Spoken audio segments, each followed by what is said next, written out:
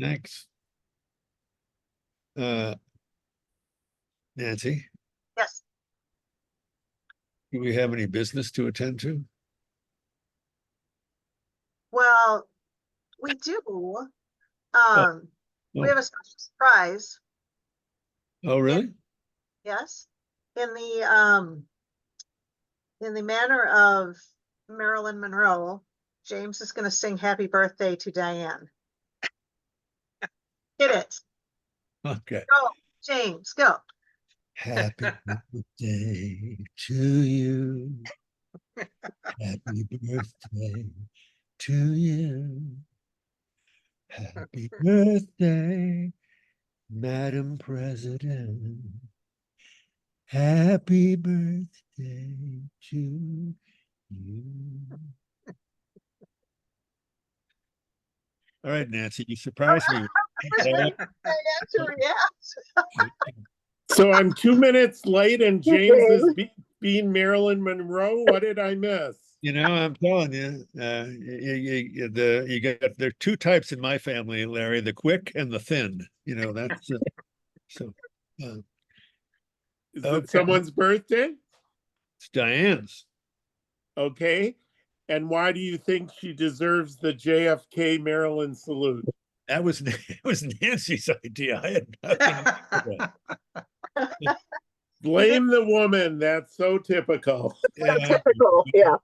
yeah. James said, let's sing happy birthday to Diane. And he met all of us. And I just put him on the spot and made him Yeah. do something. And said, And the here genre that he I was wasn't really dressed appropriately to sing that. Yeah, really. Where's your sequined ball gown? Yeah, you know. Oh well, gonna sing a the video days you are gone, I'm in afraid. spring grade. So, well, thank you. I appreciate it. I've now joined James's decade. Woohoo! Oh wow. Yeah. I wouldn't be too happy about that if I were you, but So Diane, this is a surprise party for you, not a book Yes. discussion. Yeah, I guess. Well, happy birthday. Thank you. Well, it was a great book. So it was a gift, this book. Right. Okay. Well, welcome everyone to our June Arcadia Book Club discussion of The Ministry of Time by Kaliane. Oh, look at I've got my fake background so you can't see the horrible office wall that's all torn up. So this instead, The Ministry of Time by Kaliane Bradley. Okay. Okay, so she was asked by another interviewer to give like the elevator pitch or like a one sentence description of this book, which is kind of hard to do because when we were telling people about it, it's like, well, I don't know, there's time travel and politics and it's a love story and this and that. So the author's description or pitch is, it's a time travel romance about bureaucracy, empire, and cigarettes. I love that. Yeah, that's pretty good. And it's right. There's all sorts of things. People smoking these days. What is going on? I just saw a play last week where people smoked the whole play. God. Well, I'm not. I don't want to say too much yet because I have a lot of notes and tags in my book. But what did I mean? Did it surprise you? Did it bore you? Did it? I mean, for a first novel, I thought she really held my attention really fully. But how did people feel about what you saw? I liked it. I thought it was really good. I like science fiction. I thought she did the time travel stuff really well as it can be done almost. And there were a few things, but I hardly got by the title of the thing. I've been reading a lot about the Baptist conventions now, and this whole idea of ministry was in my head. And I thought, the ministry of time now, would that be what she's talking about? That time is sort of a teacher of the nature of God to you or something like that? And then the other thing was, who was she writing this to? I almost thought after you get into the loop thing that she was writing it to herself again. So before we even get into the book, you know, like who's she writing it to? What's the title mean? I mean, I thought it was pretty good. I liked the whole thing all the way through. I don't understand why people write the way they do when they're from England, but I guess it's okay. Some of the phrases and some of the ways they construct paragraphs just baffle me, but that's okay. I mean, it was a good story. Oh, I like that comment. Can you think of an example? Oh, I had a couple marked, but I don't know if I go ahead and keep talking. I'll see if I can find one. Yeah, find one, because I love that kind of statement. So everyone has finished the book, right? Okay. Uh-oh. Oh, You might be I do have a question about the end of the book. I just go ahead. You can spoil it. For me. Is her future self alive or dead at the end of the book? Who knows? Oh, What was the question again? I'm sorry, missed it. I forget the name of her future self. Was it Adela. like Adela? Adela.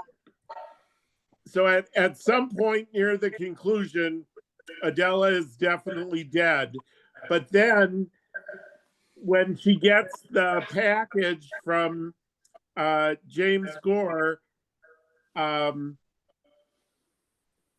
wasn't clear if that meant, obviously he is still alive, but does that mean her future self, who had an obnoxious kid with him, is she still alive, her future self?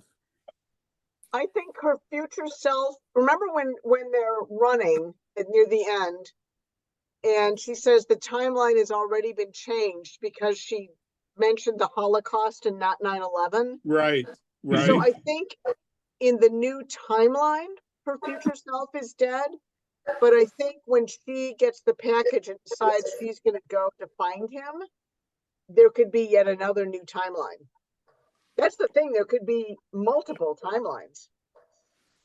Diane, that's what I thought too, that Yeah. somehow that situation with the package and everything overrode the the other situation or created an alternative situation, maybe. Yeah. Sorry to join late, guys. I was having trouble seeing or hearing. no. You missed James's performance. I heard the very beginning of it and then I got off to try to get back on. It flipped out. So You were a lot smarter than the rest of them. But yeah, my thought was that when she's musing about, when she's looking at the picture and asks her father about the trees, Right. and she's thinking about going to find him, I think she's going to create a new timeline. But I still am unclear, maybe it's supposed to be unclear, whether is the current character going to be with him now, or is her future self? I'm trying to understand whether the future self and the kid is still out there somewhere.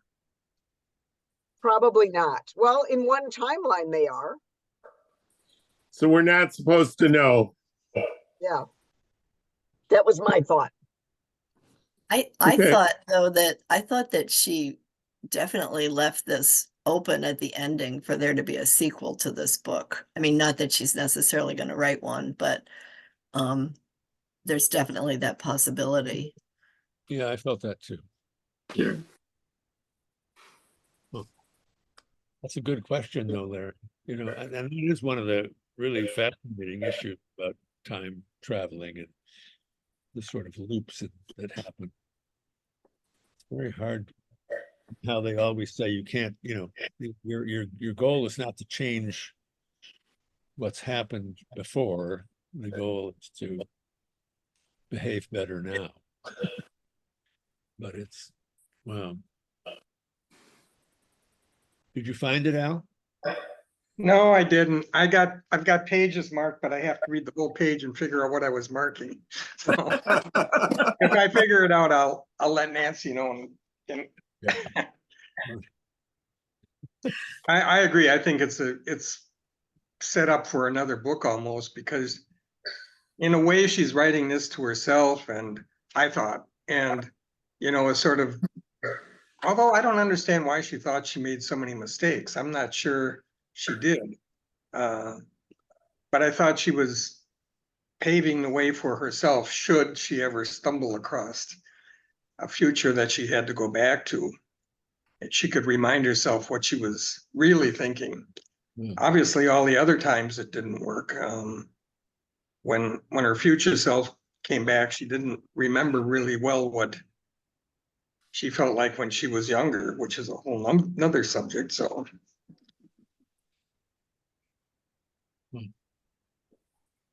Yeah. I was struck, actually, I thought, by the I would say quality of the writing and the skill, which is good for a first book, obviously.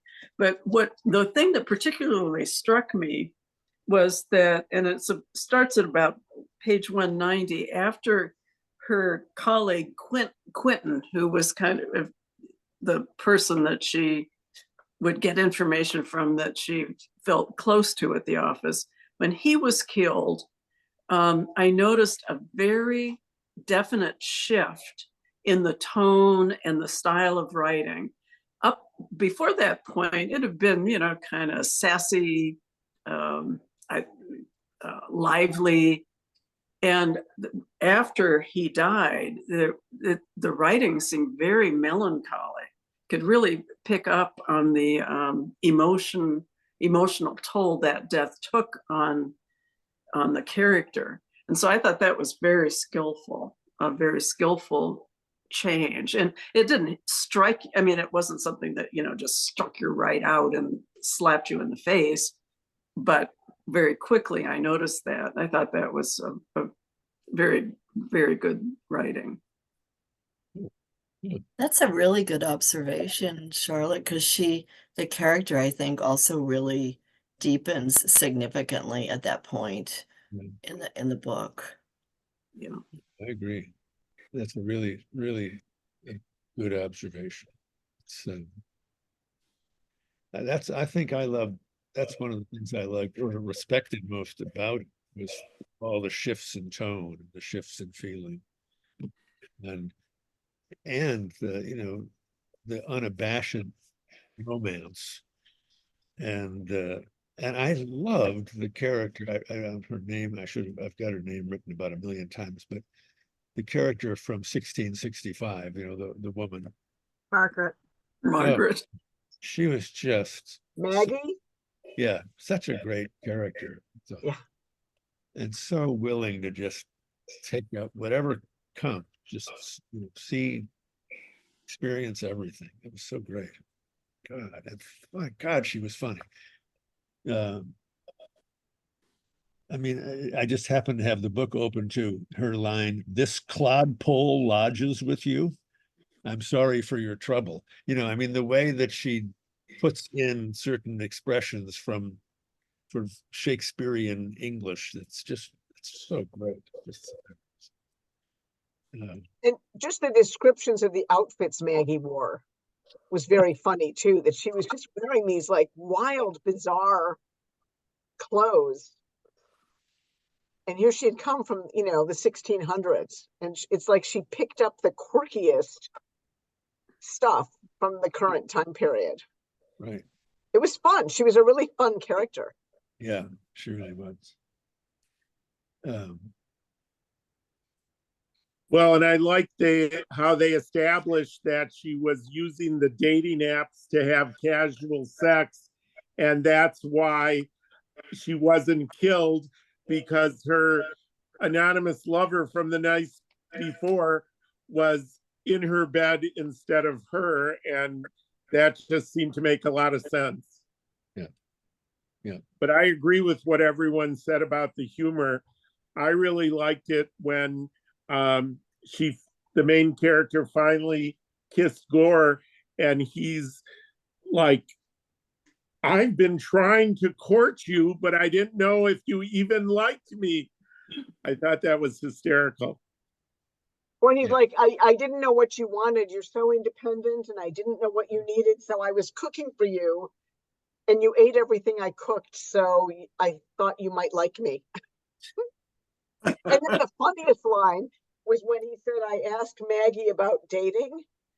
And she said, oh, you asked a 17th century lesbian about dating? There were just some great funny lines in the book. Yeah. And yet it was also scary and disturbing and about serious things. And yeah, that's what I think. I just loved how bold she was in just throwing so many ideas in. Wow. I appreciated that too, James. I mean, she deals with some, empire and cultural conflict and, the Cambodian genocide and Auschwitz. And it's such a richly textured fabric that, but I'm not a speculative fiction kind of person. I mean, I do like time travel books actually, but, um, I was just totally enraptured by this book. I mean, I read it, in like a night and a half, just tearing through it. The plot is very effective, I think. Yeah,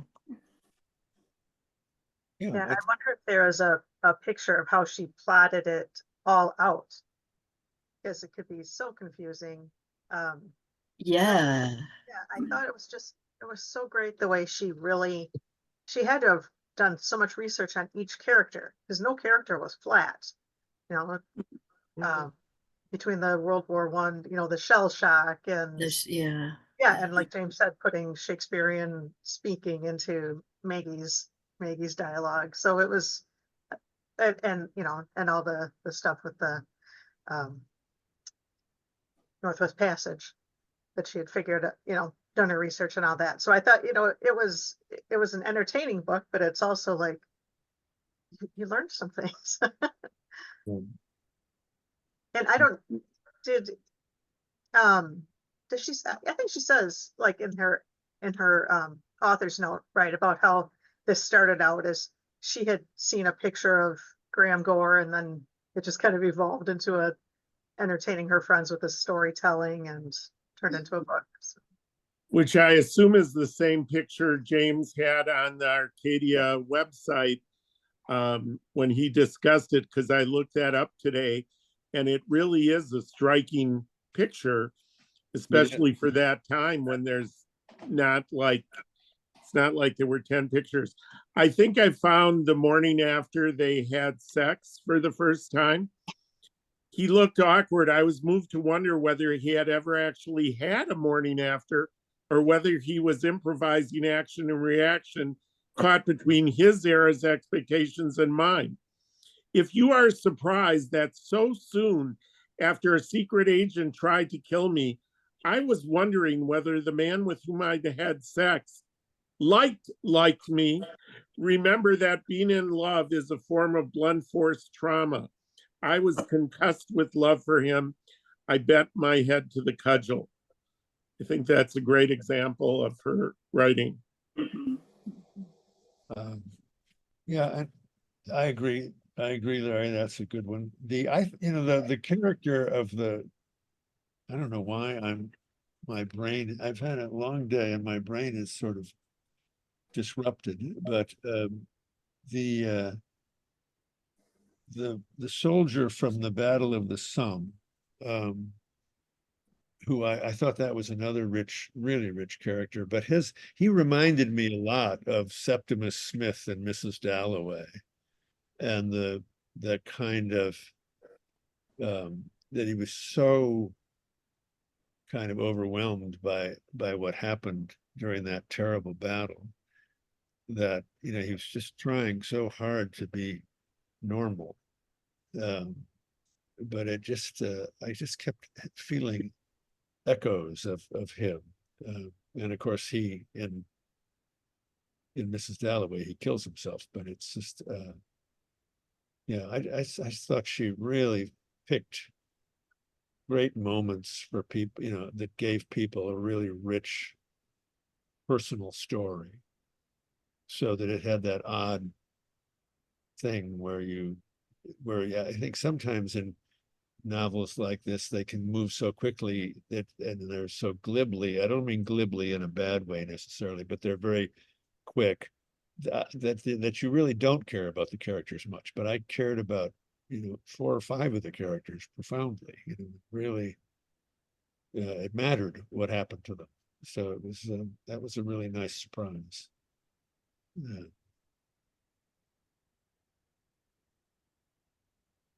James, what you just said reminded me of what Roger Ebert used to say about it's a good movie if you care what happens to the people, to the characters. And that was just exactly what you said. Oh, I miss old Raj. Yeah, me too. Both of them. I miss both of them. And Um, may as well do a I plug. think I'm just maybe in the minority on this one. The first part of the book I laughed out loud. It was just incredibly hilarious, and I really enjoyed the writing. About the middle of the book, it just seemed to tank for me. It was just like there were too many loose ends, there were too many mysteries, there was too much time change. The only thing that was really fun is that Graham got to ride a motorcycle.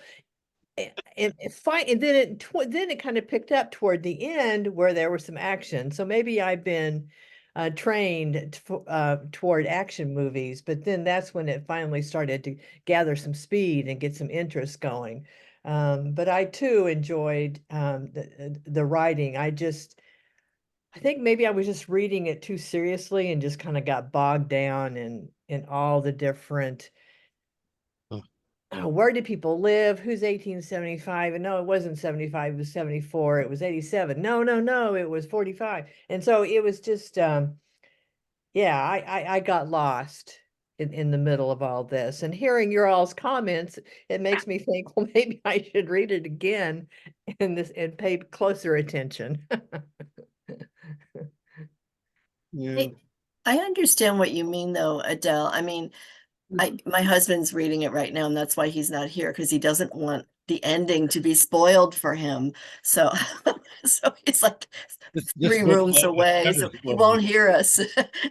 But he and I were talking about it, and I know at one point I felt like I sort of wish there was a chart in the book, or cast of characters, or just a little bit, or at the end of the book. I don't know, that sort of, or that I had kept a list, because Yeah. I did sometimes have to sort of think, okay, wait, now who's who, so I get that conundrum. I do, and I also at the very, as things really sped up at the end, I had a little bit of difficulty sometimes just understanding what was happening and how it was happening, or things were happening Yeah. very fast. Yeah. And I was like, okay, now wait, is this because of this? Is that because of that? I think it was intentional on her part, but I'm not sure. Yeah. I don't know what other people think. Yeah, I mean, finding a tunnel from the River Thames. I mean, it was just like it just didn't quite connect. So I'm waiting for the movie. So there you go. Actually, they're filming it right now. It's, I think, a 6-hour thing at BBC TV. Yeah. So Is that true, James? Or are you just saying that? They really are? I think they are. Yeah. Oh, wow. So I did get confused by. I'm sorry, Larry. go ahead. I was occasionally confused, Adele, by the 2 guys from the future. Mhm. What their motives were and Yeah. why they were doing what they were doing. And I mean, I thought that the sort of set pieces with them, when were really interesting. But Yeah. I kept thinking, well, now why are they here? Who are The they looking? Brigadier. Okay. Where, who, what? I mean, it just, Well, but that became clear when they said, you don't understand, the future Earth is like totally wiped out by climate change. None of the good things about the planet Earth exist anymore. And that's why they're back doing all these terrible things. because they're trying to, quote, save the planet. Mm. But one of the things that helped me with this book, I'm guessing nobody on here is watching a show called The Lazarus Project on TNT.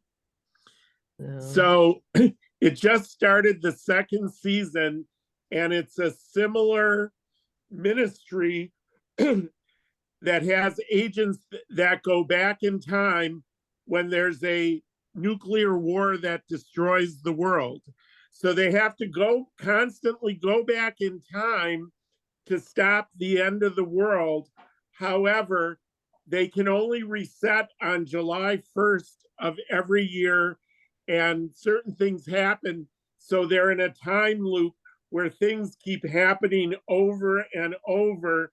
And they just captured this scientist who invented a time machine because, it's all very convoluted. But the funniest thing, and it was right when I was finishing this book, he says to the scientist, "Haven't you ever watched Back to the Future?"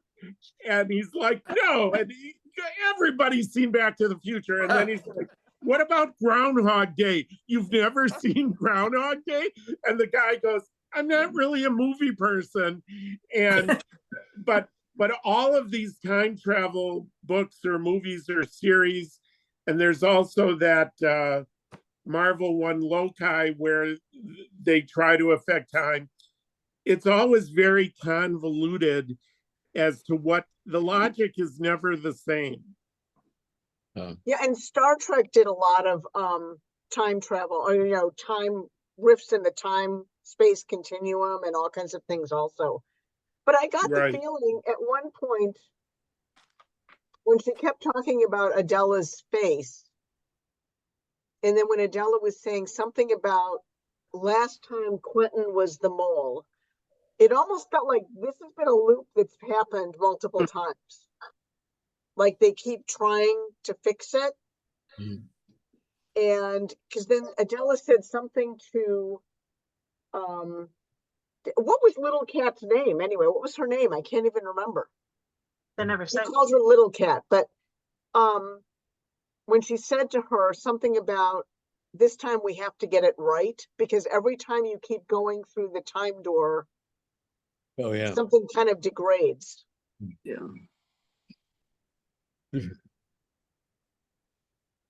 So I got the feeling there had been multiple loops. And then when you realize that Graham was in the future, but also in the past, when he talked about that tunnel by the Thames, having known it from the 19th century, but then you wonder, did he also know it had he also already been in the future or no? We don't know. I was confused a little bit too.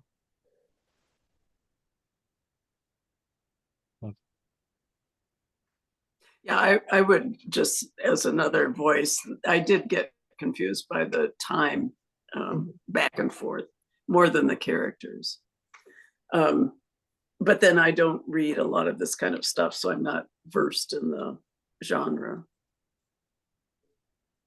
Yeah. It did remind me of the end of Martyr, where you find out the woman is his mother, and then it's like in this, you're like, oh, the woman is herself in the future. Of course. Now it all makes sense. I will say, though, that although I was confused by the time, all this time back and forth, the ending did not, yes, the ending was a surprise, but I didn't feel like it was a cheat. I mean, I think there were enough, I was with the story enough that the reveal that Adela was the narrator from the future didn't shock me. So that's a sign that basically she was holding things together for the reader. Yeah, I think that's right.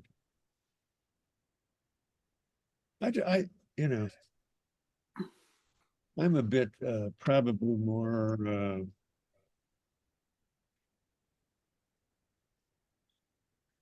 what's the word to describe?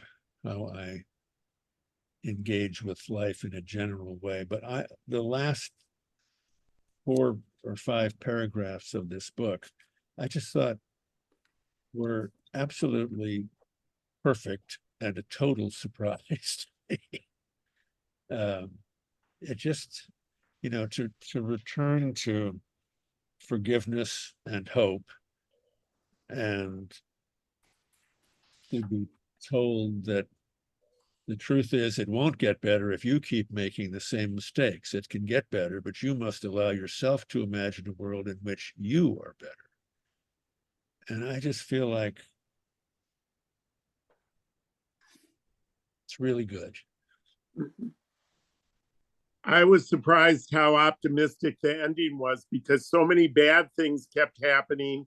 And you're like, the future of the earth, we're all screwed because of, look at all the politicians today who don't believe in climate change and everything else, while, there's record storms and heat and everything else.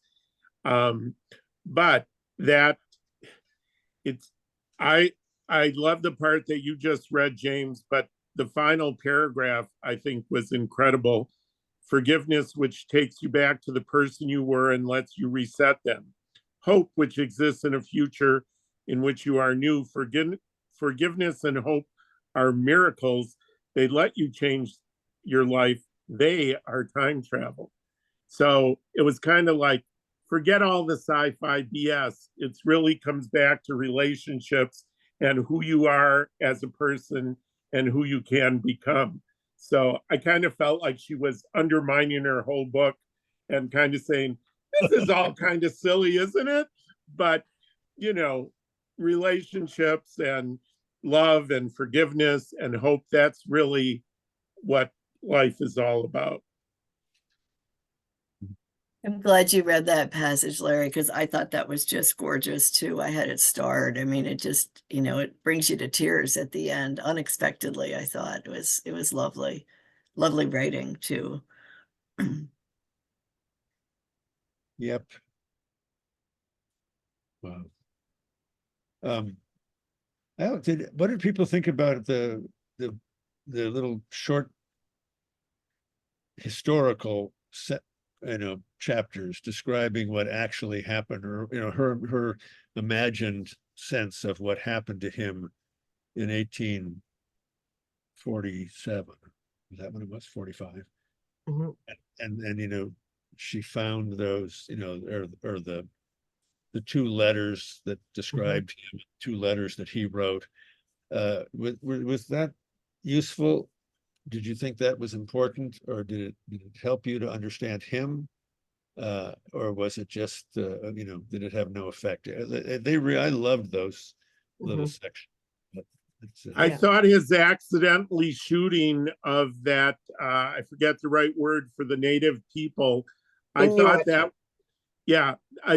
was the key revelation of the book, because he's the most well-adjusted of the time travelers, yet he had suffered that unbearable trauma of accidentally killing a person. And when he met the wife, and then I forget, at some point he looks at the woman and she reminds him of that woman. So I felt that was a really good surprise, because enough about him that he would never purposely kill someone, out of greed or hate or whatever.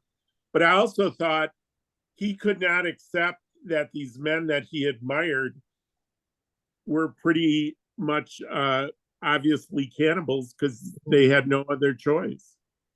And I felt the trauma of the accidental murder and the cannibalism. That's why he was struggling so much. Yeah, definitely. Well, I, for one, really look forward to them. Yeah. Could I just add, why do you think, what was the purpose of bringing those people forward to the current time? I mean, what was the hope there? I mean, why were they even in this to bring these 6 people or however there were? What was I never could figure that out. What was the purpose of that? I mean, they got them just before they died, supposedly. And then they bring them to the future, but why? And that was sort of a mystery to me, the whole thing. I kind of like the rest of it. I mean, who wouldn't? Well, I would, to go back and live my life over and try to do it right this time and not make any mistakes. But how many times would you have to do that before you didn't make any mistakes? Because you would constantly have to be making adjustments. The last thing I'd want to do is bring somebody from the past to the future or to now to help me do that. I just don't understand why they were even bringing these people forward. I thought kind of that, you know, they discovered the time door when the people from the future came. Right. I kind of thought they were pulling the people from the past to kind of figure out how the time door worked. I mean, I think there was, you knew pretty early on there was something nefarious going on, you know, because this was a government ministry and it was top secret. And I was kind of thinking maybe they were trying to get some kind of a futuristic weapon or something like that. But I agree. Why these particular 6 people, other than the fact that it wouldn't change history because they were already almost about to die. Right. But why these particular 6? You never kind of understood. Okay, I'm going to answer both your questions. Of course, Larry, go ahead. They picked those. I'm sorry, Larry, we're out of time. Thank you for coming, everyone. They picked those 6 people because they were all at a horrible, traumatic, historic event. And they knew that in the future, there was going to be this horrible, historic, traumatic event. So now to answer Al's question, the reason that Gore was the top of them, he was the most well-adjusted time traveler, mentally, physically. I felt they were grooming him to go into the future and try to stop the catastrophic things that were happening. They lost interest in the weaker ones because they were not physically and mentally up to the mission. But I would agree with you that the author didn't make it crystal clear that that's what they were trying to do. But I thought it was kind of like, I'm trying to think of a example. I'm coming up with bad World War II movies like The Dirty Dozen or The Great Escape, where everybody has a skill and they're trying to pick who are the right ones. So I think they wanted people, if you had survived the trauma of the Polar Exhibition or World War I, or I forget where the other ones were, but they were all just like the worst imaginable horrible things. But that's why she was supposed to tell him about 9/11, because 9/11 was going to trigger him to say, oh my goodness, I agree with the ministry's mission to stop these, heathens who killed thousands of people. But I would agree that the book didn't make it clear. But that was why I thought, well, if you can survive those traumatic historical incidents, maybe you can deal with this horrible future where we're destroying the earth. Yeah, I think that, Larry, I'm impressed. That was pretty cool. I almost fell for it. I don't agree with it, but it's pretty good. So I have to recommend one of my favorite short stories that I taught to 8th graders. It's called A Sound of Thunder by Ray Bradbury. And it's about, they travel back to, there's a path above the earth. The big game hunters, they want to kill the dinosaurs. So they pick the dinosaurs that are about to die. So the Trump-like people in the future can go back and say, I killed a dinosaur. Well, at the beginning of the story, the Democratic candidate has defeated the dictator to be the new president. Well, the one time traveler goes off the path, breaking the rules, steps on a butterfly, kills this butterfly, which disrupts all of evolution, so that when they come back to the present, the dictator has been elected president instead of the Democratic one. So it's and the sound of thunder is the dinosaurs walking, the sound of the time machine, and the guide killing the idiot who went off the path. So Ray Bradbury paved the way for this kind of thing, but in a short story, it all actually makes sense. So I was predisposed to try to make it all make sense. And physics, yeah, I mean, there's a famous butterfly effect concept in physics. But Al, what about this? I think a lot of Larry's thing is plausible, but it also struck me that he, the one who succeeds, quote unquote, and who's still around, is a kind of happy accident, Lieutenant Gore. That I always felt they were choosing people who seemed to have very strong, inner life that allowed them to sort of take things on. But I also thought these people were really guinea pigs. They were just being used to see how time travel, if it could work, and what would happen if if you did it. And so they chose these people, and then they got a bonus with Gore, who happened to be strong enough and passionate enough and balanced enough that they felt, oh, this is so good. Now we not only know it works, but if we find these kind of people, then maybe they can be the Ubermenches who go in time travel and and try to fix things. But well, maybe, but he had to marry the author of the book to have the whole thing pull off. He wouldn't have done that if she wouldn't have been there with him. Right. Yeah, it's sort of a cheat though, really. I mean, it's such an immoral thing to, oh yeah, here's some people that are almost dead anyway, let's experiment on them. I mean, oh, that's so close to being really bad, Well, I think that I think I'm sorry, Al, but I think that I mean, you think of what?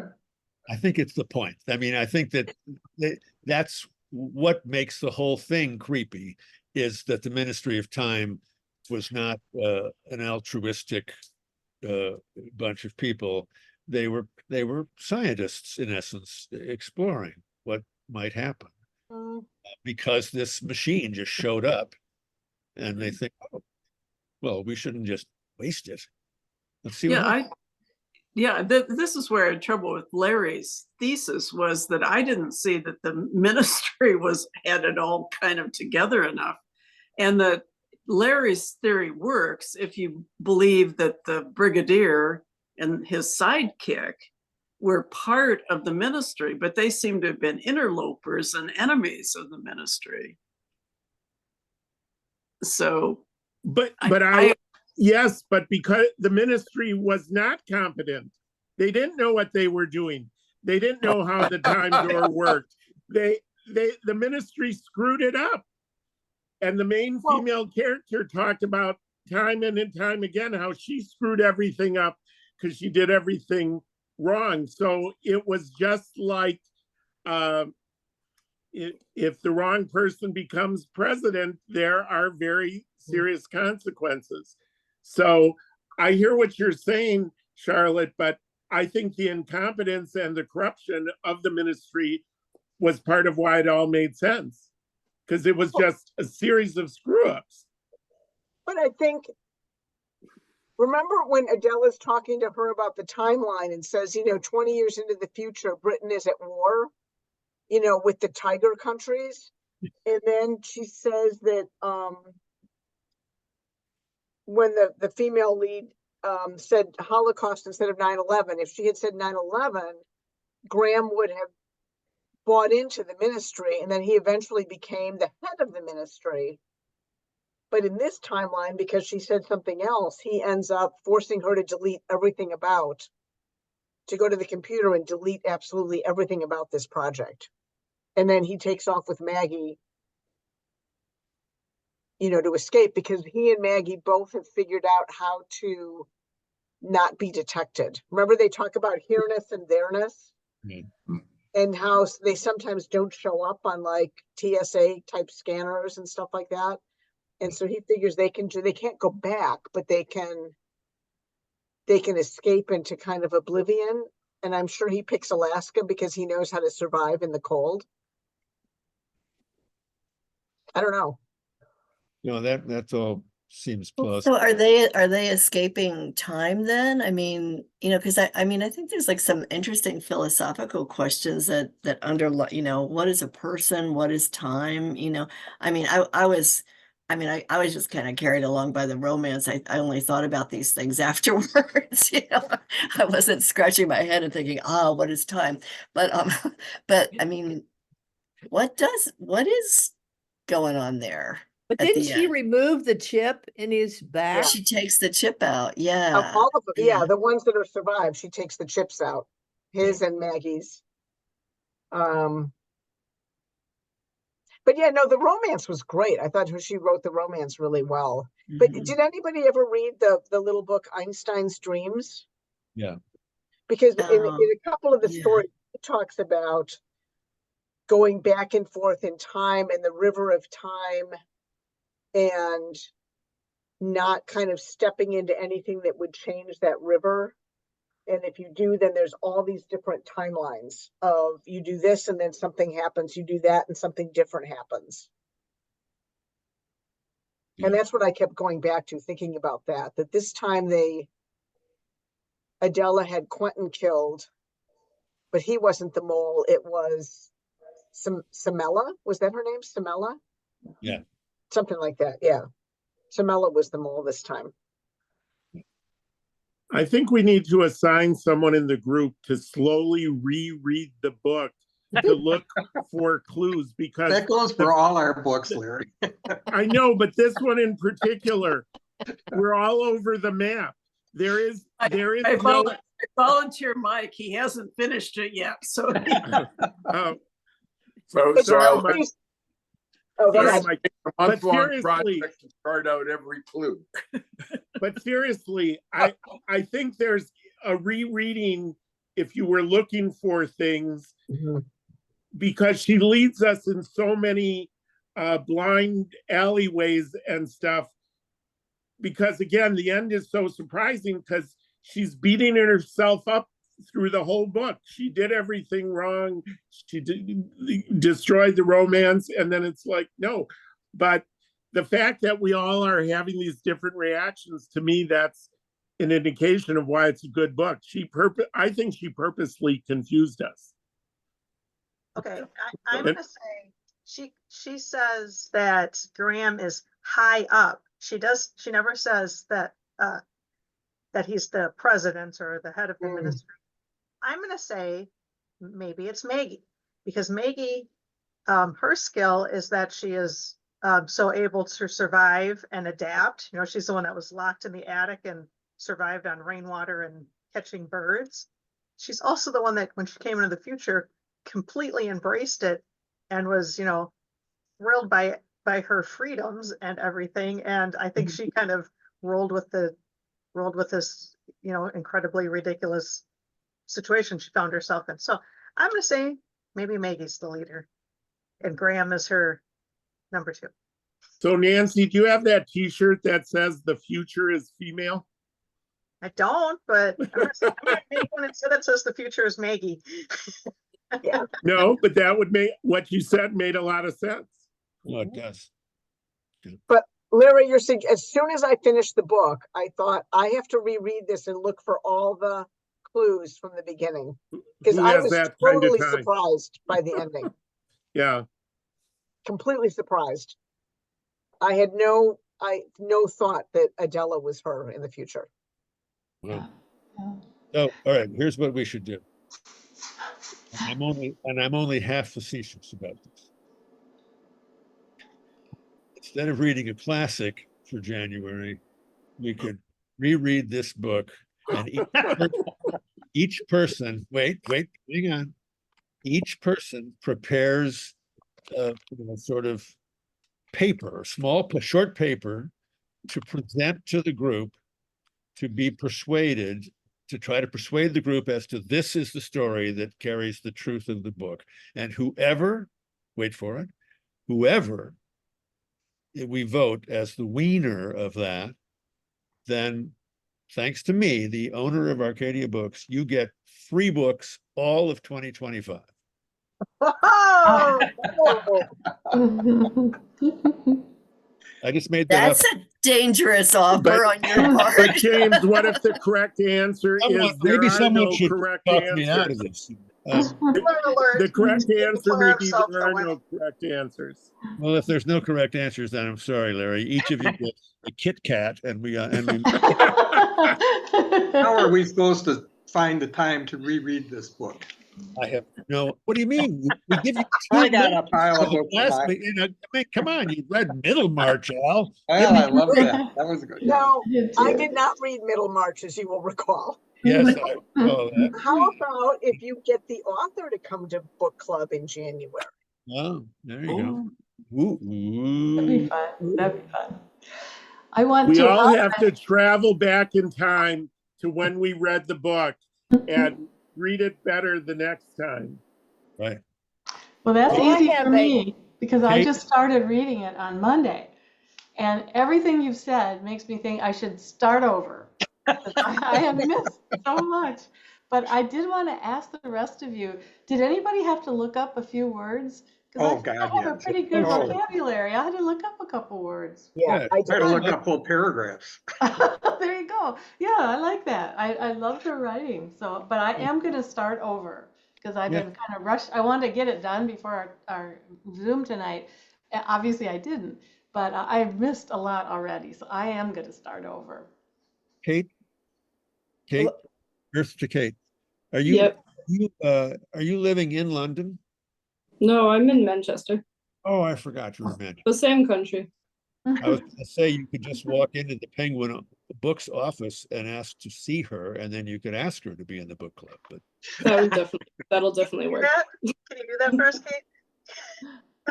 Could I bring up one last thing about my favorite sentence in the whole book was when she opens a package that he sent from Alaska, and she reads it, and it says, "Of course, I loved you," and then it has two strike throughs on the D, and he turns it in the past tense into the present. I thought, wow, that was pretty cool note. well, and the fact that he sent it to her by describing the geographical location using That's the language. picture, yeah. Yeah, I just thought that was so clever. God. Wow. I just mean, wanna- I can tell you. I just want to share one quick thing. While I was reading this book, and since it was so much about the environment, I got my Orion magazine. And one of the reviews was written by Diane Wilson, who attended our book club with the Seat Keeper. And it is a moving and wonderful review of Elizabeth Rush's a story about water called Rising. And so it really, she ends the review much like the book ends here with us, forgiveness and hope. And I would encourage you, if you get the magazine or if you see it, to look at her review. It's quite beautiful. So, and it was an antidote to all the craziness that was going on. Adele, I'm sorry, I've never heard of Orion Magazine. What is it? It is help me, Allison. It is a literary magazine that is dedicated to nature and to the environment. And this particular magazine is about water and how, for example, we consider water a lot of times an enemy because of floods. And so it presents in poem and in essays why we should rethink our our viewpoint toward water, and that rivers are always seeking their own paths. And it also has, there was one article where they go back and they trace all the different paths of all the different rivers in art. So it's beautiful. It's really great paper. And it comes out 4 times a year. And I think the last one was on the climate change and Yeah, some of climate, the yeah. artists and some of those things. Allison, I think you attended one of their workshops or something, right? I had attended one of their workshops a long, long time ago Long when I time. was first writing The Green Hour. It was, yeah, but you did a great job describing it. It's a gorgeous magazine. I mean, nature, culture, the interaction of the two. It's superbly done. It's really, there's nothing like it, you know. Yeah. There you have it. Okay. Well, as the former Waukesha mayor who helped get Waukesha get Great Lakes water so we will be sustainable, unlike Mexico City, which is running out of water, and Phoenix that is running out of water.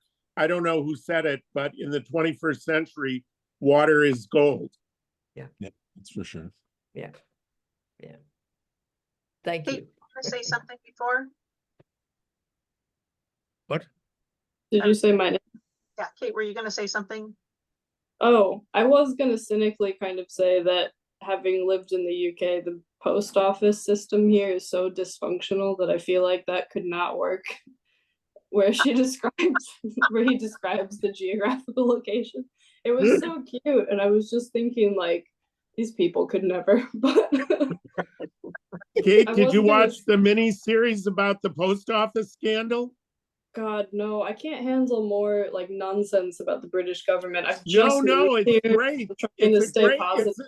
it's a horrible scandal, but the average everyday Everything is post here. office workers, because of this series, they finally outed all these corrupt post office people. It's a wonder. It's Mr. Yeah, but Bates versus the that's post just office. one check on the long list of other corrupt people that need to be ousted next. It's a really, really long list, which So have you lived there long enough that you're going to get to vote in the upcoming election? no, I've just been here 6 months, but I've pressured my yeah. boyfriend too, so he will. Yeah. I was gonna say really quickly to Allison's thing where she said about like what Gore and Maggie are escaping from when they go to Alaska and if it's time. And I feel like what they were escaping from to me was just bureaucracy. I feel like that's such a huge part of this book. And like, I had this kind of funny feeling when it ended about like disappointment, knowing that Gore became this kind of like almost sinister figure in the future when he's high up in the ministry. Like, he doesn't seem like a nice guy anymore. Whereas in the beginning of the book, when they're falling in love, it's like, it's so cute. It's such a great rom-com kind of vibe. And then he just seems like this guy who like his wife can't relate to anymore and they just don't care about each other. And it seemed to me kind of like it might have messed her future up a little bit because she got kicked out of the ministry. But in a way, I think he got saved from like the chopping block of bureaucracy and got to escape that kind of horrible future that he was going to have. And maybe she did too if she joins him in Alaska. But I think I was thinking a lot about that quote where she says, this book is also about bureaucracy and how much of a character bureaucracy was and how maybe the ending was them just escaping all of that nonsense. Yeah. No, I think that's a lot. There's a lot to that. The only shred of hope I can offer in rebuttal, Kate, is when I was in college in the late 60s, I had this philosophy professor who I admired but he was a colonel in the Army Reserves. And so and this was during the height of Vietnam. And we would occasionally in the bar give him shit about that and ask him how he could have anything to do with the present situation. And he'd look at us with these sort of glinty eyes. He's one of the smartest people I've ever been around. And he said, think about it, Bohnen. Would you rather have me in the army at the table, or would you rather have some asshole who's going to go and kill everybody? You know, I make people think, and that's the point. And so maybe Gore, you know, has held on to his sort of even-handedness, and who knows? Fingers crossed for all of us. So, do we know if James Gore is an ancestor of Al Gore? That could explain his environmental work. Right. Well, and in fact, I think the sequel is going to be about how he invented the internet, I believe.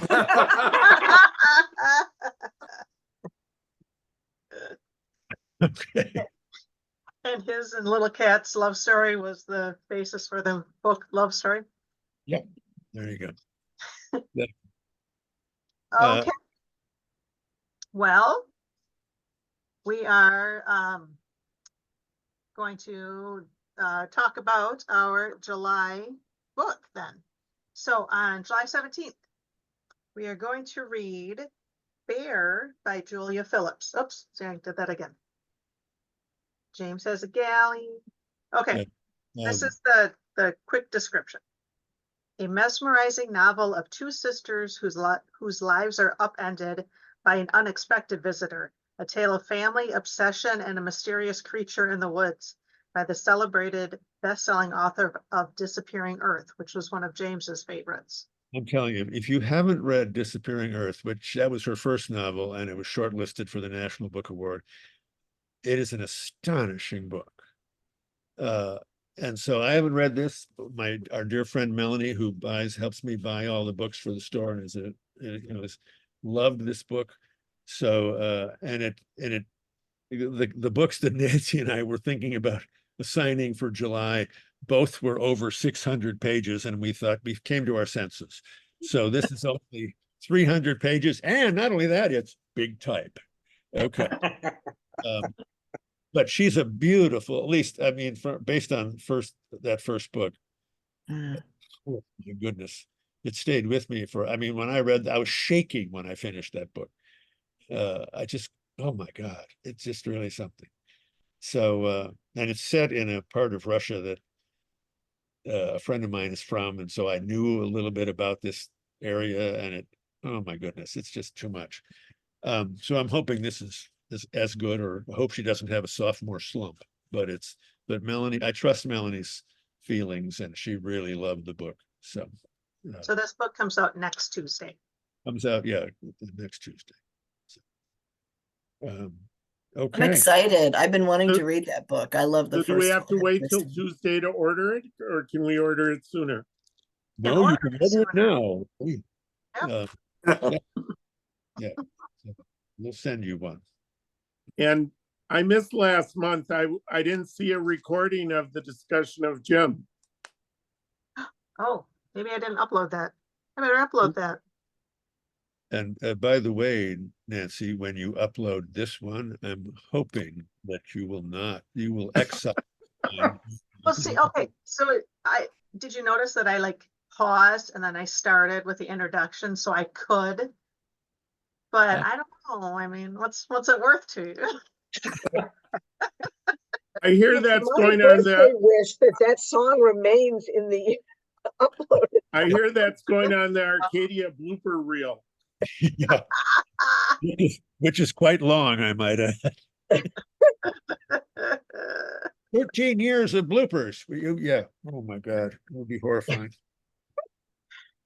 Okay. I want to know when James is going to reveal what year he's really from, because he doesn't really seem like he's from this era.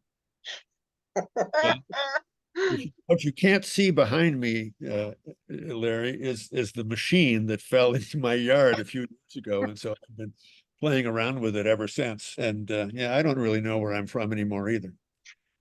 Although, it's funny you bring that up, because I was a best man at a wedding in 1972, and this guy in the receiving line comes through. He's the date of some, mother of somebody. I don't know who the hell he was.